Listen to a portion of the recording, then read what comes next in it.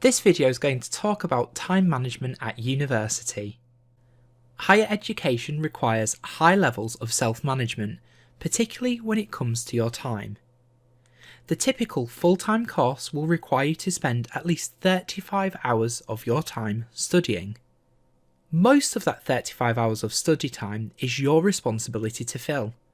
Here we can see a typical on-campus programme. It has a mixture of lectures, seminars, tutorials, and workshops. However, these only account for 11 hours of time. This means there's another 24 hours of study required, at least. Some programmes may require even more time.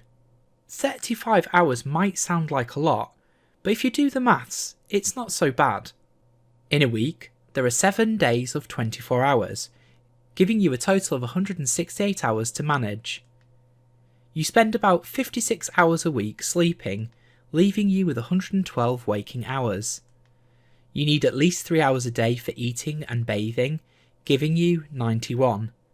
And if we take that 35 hours a week for studying off, it leaves you 56 hours. If you think of it this way, this gives you 8 hours every day for socialising, hobbies, paid work, volunteering, and clubs or societies. However, you still need to dedicate at least 35 hours a week to your studies. If your course is online or uses a blended model, there may be even less structure to your week. Here we see another example. This time the student only has 3 hours of scheduled activity, a seminar and a workshop. However, there's still lots of other activities they need to get involved with. There's 4 videos to watch, discussions to post on, emails to send, and questions to take part in a team's discussion. This is a good demonstration of the kind of responsibility that you will have for managing your own time.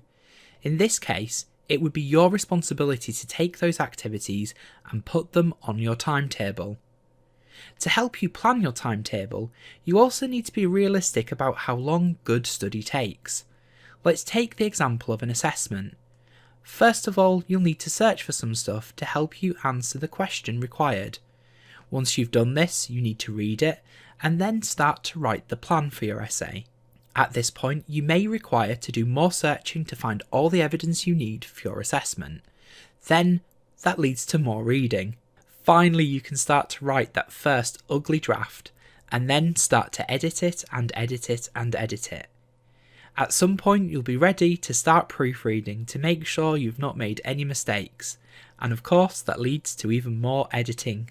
Before you submit, you want to check your references, and then finally submit it, and of course give you a little bit of a break to celebrate before you start the next assignment. It's also really important to schedule in some me time. You need to find time for sports, clubs, societies, hobbies, and just general relaxation. So, let's revisit the timetable.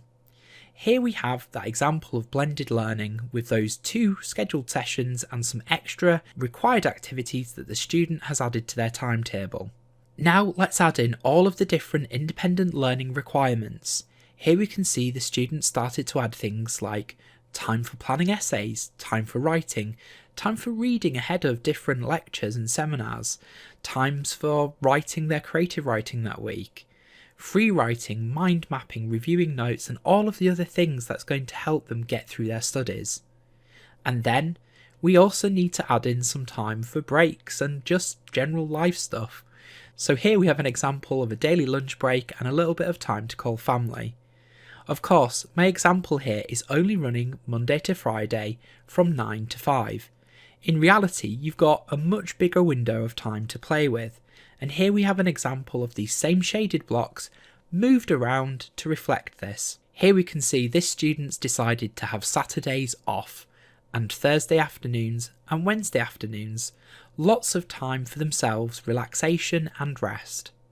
They've also managed to fit in some paid work, working on a Tuesday afternoon, a Wednesday morning, and a Sunday morning. Then, every other moment of their time is scheduled with some element of live sessions for their learning, required activities for the week, or their general independent learning or study.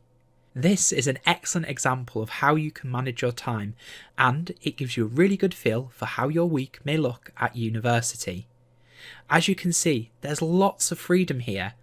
Only those 2 pink live sessions are the fixed points, and while you may have more than this, and even some of those every single day, there'll still be lots of other things that it's your responsibility to organise. Therefore, time management is essential for successful study.